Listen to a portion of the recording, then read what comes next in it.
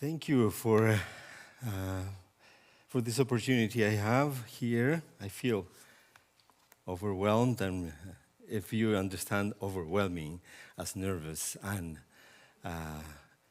not very sure. God is good, though, and I know that He wants to tell us all, not only today, but every day, the importance of taking or experiencing Sabbath. And that's why I'm here for. The first step is in this series of 4 sermons is to stop. Just that ability to be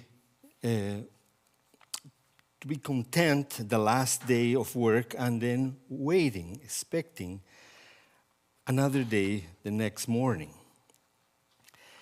So I'm Carlos, Vargas, Adrian, and if you want, that's my background is Bolivian, and I am very also proud to be Bolivian, but also Canadian.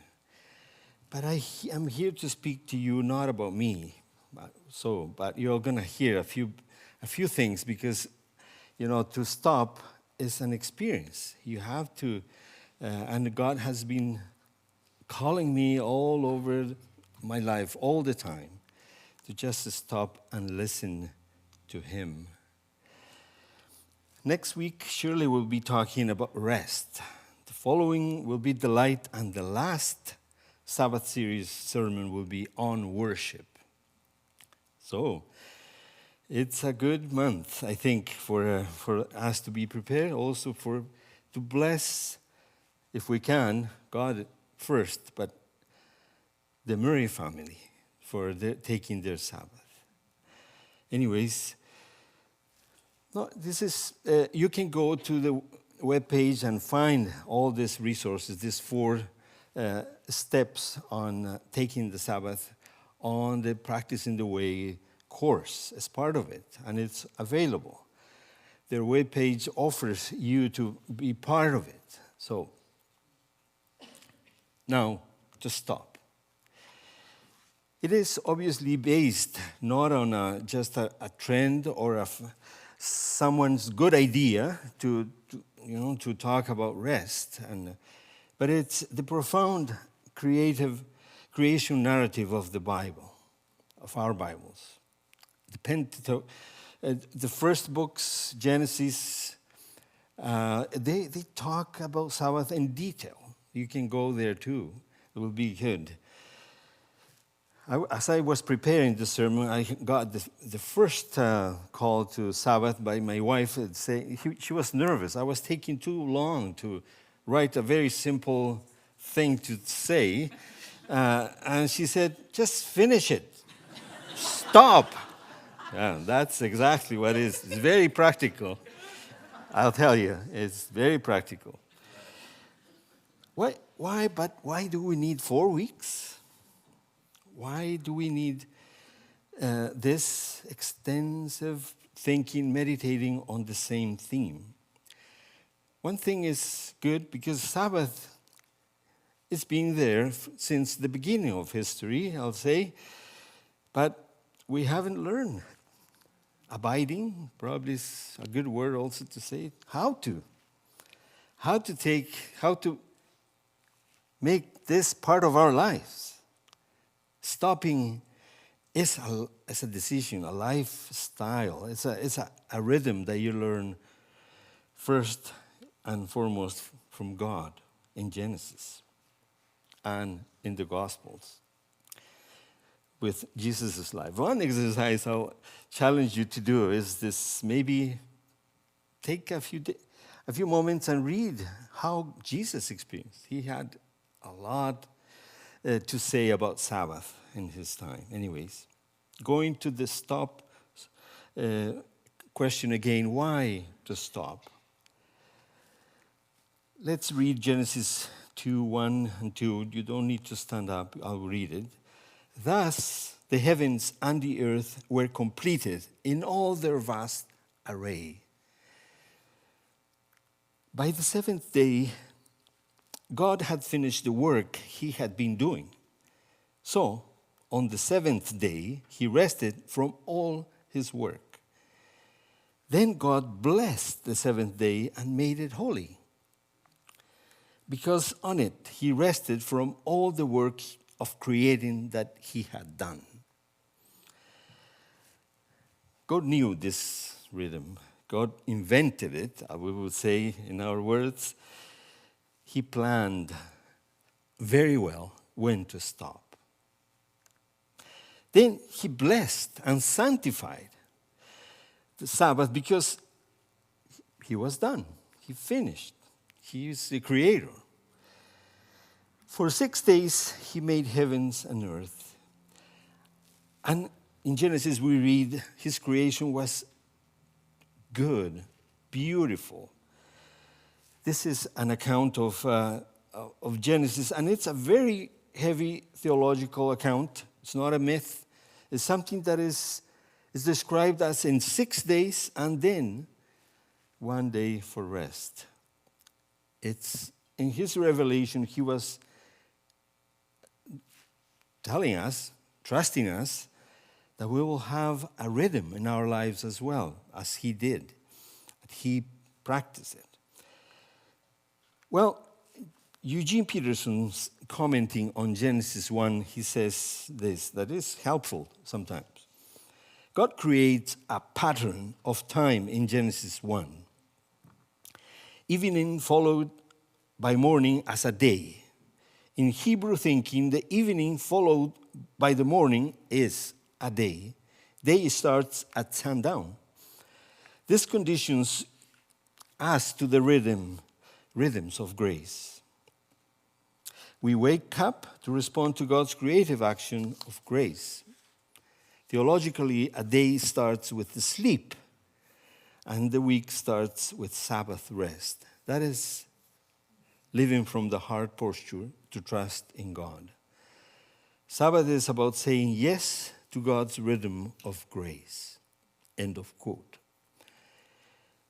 It's why God needed to rest. Was he tired, maybe? Was he needing a break from all what he was doing? Yeah, you can see just a human cell and you can see how complex it is. You know, it's a lot of things in it. Life is. But was he? I think, as Eugene Peterson also translates Genesis 1:31, talking about the first chapter again, God saw all that he had made, and behold, it was very good. And there was evening and there was morning, the sixth day.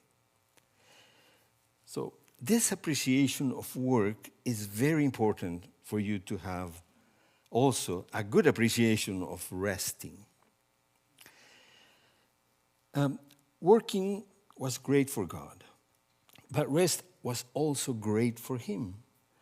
That was his natural rhythm, work and stop. It was more than natural. It was the way that he knew would be good for his creation as well. Would you like to have that rhythm? All of us feel they need it. All of us would like to have a break of all the things we are doing.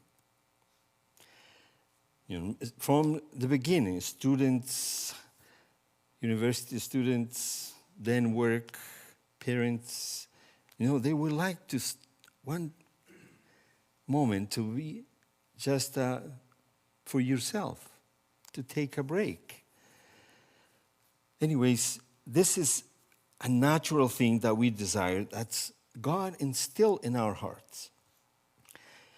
But sometimes we prefer to buy the market of resting and take long trips or short, whatever, but be more into the marketing kind of rest.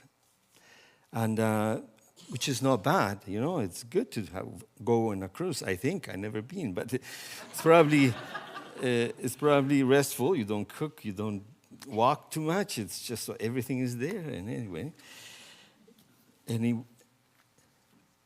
it's marketing, though. This is different. You can still go on a cruise and be resting with God, following his rhythm. Anyways, it's a lifestyle. Stop from work. It's God's wisdom. Rest is a blessing, but maybe we can only enjoy both work and rest when we love both. The work we have, everyone has something to do, not only business or a formal work, but every one of us, even those who are retired, they have work. They decide to do something. It's an opportunity also to stop. You're here this is one of the opportunities you have, is to come and worship together, meet others. But work and rest are correlated, the way we appreciate them. We can't prefer one over the other. Did you hear? We can't have a dysfunctional kind of life. If you prefer one over the other, like most of the marketing in our world is trying to tell us, we'll prefer, obviously, to rest and to be on, less responsibility and be on a very fun time. I lived in a city for 5 years that loved to relax more than work. Rio de Janeiro. Have you been anywhere? Well, I lived there for 5 years. I will describe Rio de Janeiro, Brazil, as a limitless celebration city, where partying, swimming, relaxing was more exciting than work. Fridays, we went to our last class at university with shorts or swimming suits because the teacher could not wait to finish the class and go. And everybody will cheer, of course, yeah. It is a city like that. My very good friend, I lived with him. He was an agricultural engineer. He said to me once, and I loved it, and it was true, I love relaxing. Relaxing is very good. You picture a hammock. I sleep with him on a hammock for 2 days. Well, not with him, but in a separate hammock, but the same room. Good friend. But loving relaxation too much affects our minds, our society's sense of responsibility. It opens more time for temptation and simply say sin. Too much free time can affect you. That's why the rhythm is important. Next to Rio de Janeiro is located Sao Paulo, a city driven by exactly the opposite. It's a working city, where the rhythm of most of its population is work, work, work. This is not good either. It's oppressive when we don't practice the rhythm, God's example of just saying, "It's enough, tomorrow I'll be resting." In the evening, you decide, tomorrow I'll wake up and it's going to be my resting day. Anyways. At the end of 6 days, we need to stop. I'm going to tell you an example of a busy Christian that understood rest as a good thing, but also very religious way. In the late 70s, I met a follower of Christ in Brazil as well. I became a Christian in Brazil that lived God's stilled rhythm. She planned 5 full days of schoolwork She was really busy, I know. 90 hours from 6 in the morning to midnight, every day from Monday to Friday. Short breaks, obviously, for eating and all. Then half a day on Saturday for personal care, cleaning, washing, etc. And the rest of her weekend she spent at her church. She enjoyed stopping at weekends because she visited friends, started with, one time she started a garden for the poor at the church. So she will go in the afternoons and tend to the garden. She told me on her Saturday evenings she also visited other youth groups, preaching and worshiping as well. She wasn't like me, writing a per sermon, probably, because she was just spontaneously following whatever was happening to her in the worship and preaching. Then Sunday mornings she attended church and always had lunch with one of the families who always invited at universities, all university students to their place. She finished her Sunday afternoon, believe it or not, evangelizing at a huge local cemetery or the psychiatric hospital, wherever the youth group was going, she will go with them. And then she will come back home after sharing with the heartbroken and oppressed. I saw that she was imitating God's rhythm. I don't want to give you the idea that's the model. But she understood studies and then a break, spiritual dedication. She was hungry to participate in God's work. Well, maybe I'm going around and around. I have one more example. I have a friend also. 13 years ago, I asked him. I have difficulties to know when to stop. Even now, but I asked this. He's a very good artist. He represented Bolivia in quite a few showings around the world. And I said, when do you know your painting is ready? And he said, when I sign it, I don't touch it again. I sign the painting and it's done. Probably this applies to all of us. Learning how to finish. A painter does the simple thing for us, signing, but he doesn't go back. He didn't go back to his painting again next Monday, or if we say symbolically, he stopped and finished. Está terminado, he said. Who understood that anyways? It's finished. The same as God. When he finished, he said it was very good. Have you imagined how God spent his Sabbath? The Bible is not very in detail, but you have to use your imagination. How do you imagine God spending his Sabbath? Was he sleeping? Jesus slept. He was tired once, and it was hard for his disciples to wake him up even in the middle of the storm. But I think it was more. Maybe he was just delighting on his creation, appreciating and exhibiting his work to his creatures, seeing how the heavens and earth and humanity lived. I also imagine God displaying his work to Adam and Eve and all the other living creatures, bringing the animals to be named, teaching them about the trees of knowledge and life, talking, dancing, singing, loving what he created.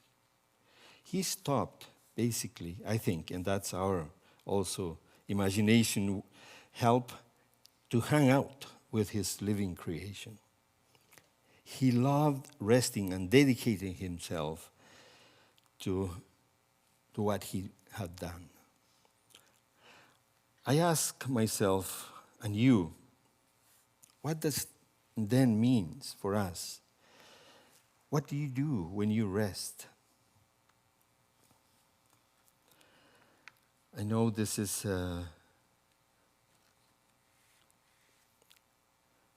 I challenge you. I ask you to be really like God, knowing how to stop. And sometimes I think you need to remember that God is providing whatever you need for you to have a really the rest you need, a really Sabbath experience. So when we stop in our weekly rhythms, we open ourselves to God. We listen to what he brings to our thoughts and what he stirs in our hearts, and we learn from him directly. Stopping and being still before him and delighting in his presence with you and those around you will be enough for you to want more. But it's not easy. Bono wrote a song at the moment of surrender when he said, and this is my favorite band, sorry to share just my favorite band. There's many people, but it's talking about Sabbath in an undirected way. At the moment of surrender, he said, of vision over visibility, I did not notice the passers-by, and they did not notice me. To stop is a surrendering experience. Being open to wait and listen to this small voice of God. God's rhythm is an invitation to a submissive posture of being still. Bono says it well. A call to shut up and listen is not what I want to hear. Be still is hardly an epiphany, but be still is all I hear from the silence. I was hoping for something a little more rock and roll.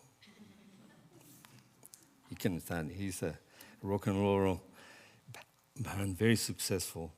Anyways, be still. I started and based all my thoughts on the text we read, that Jesus became our Sabbath. And I want to encourage you to listen again, but in Eugene Peterson's translation.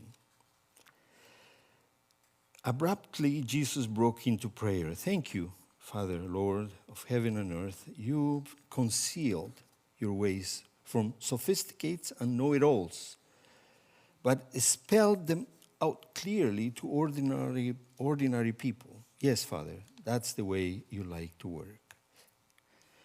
Jesus resumed talking to the people by now tenderly. The Father has given me all these things to do and say. This is a unique father-son operation coming out of father and son intimacies and knowledge. No one knows that the way the Father does, nor the Father the way the Son does. But I am not keeping it to myself. I'm ready to go over it line by line with anyone willing to listen. Are you tired, worn out, burned out on religion? Come to me. Get away with me, and you'll discover your life.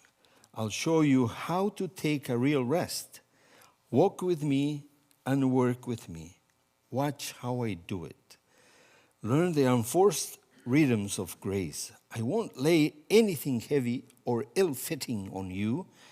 Keep company with me, and you'll learn to live freely and lightly. This is Jesus becoming our rest. So God the Father invited us to imitate his rhythm, and Jesus is calling us this morning to stop as a way to expand the meaning of resting to every moment of our lives.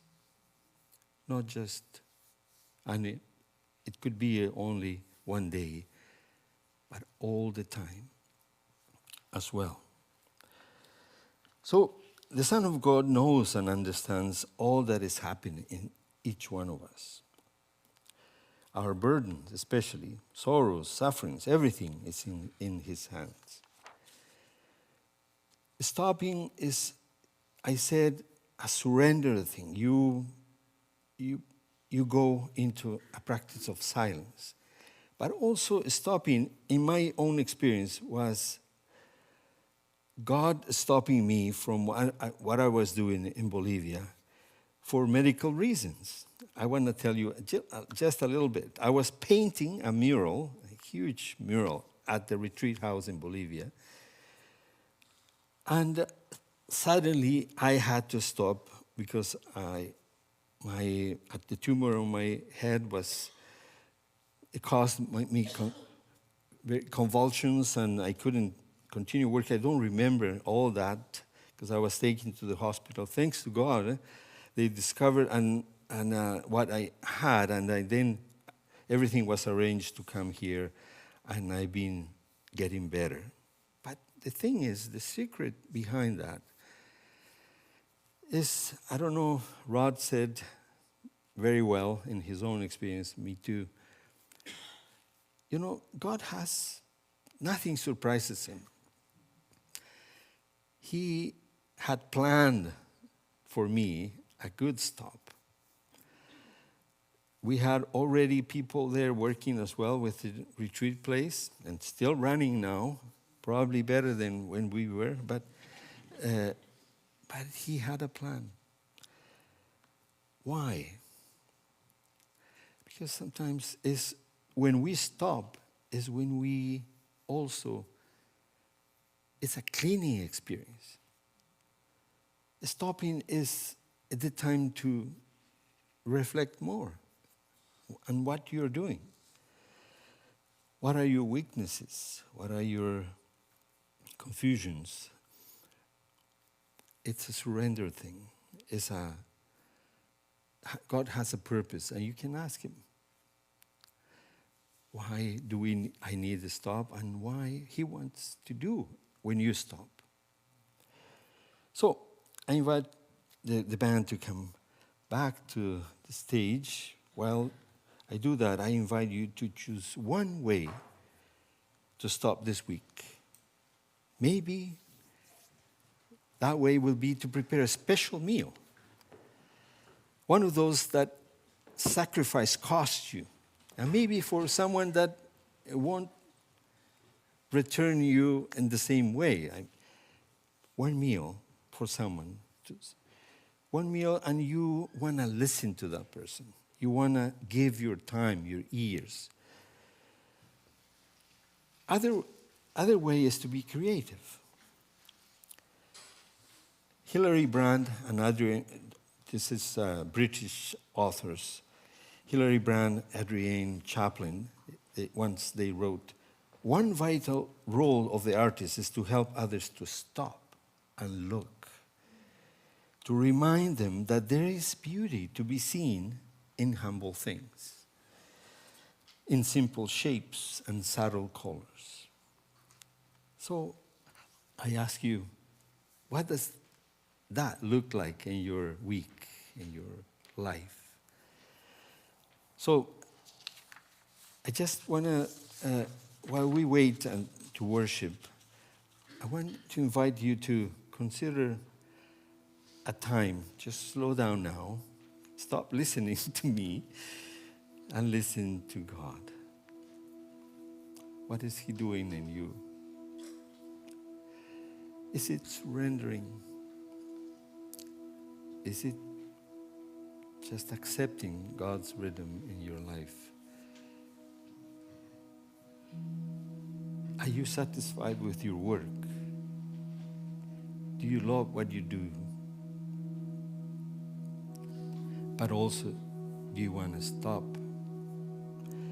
So I want to just read slowly this psalm. I look up to the mountains. Does my help come from there? My help comes from the Lord who made the heavens and the earth. He will not let you stumble and fall. The one who watches over you will not sleep. Indeed, he who watches over Israel never tires and never sleeps. The Lord himself watches over you. The Lord stands beside you as your protective shade.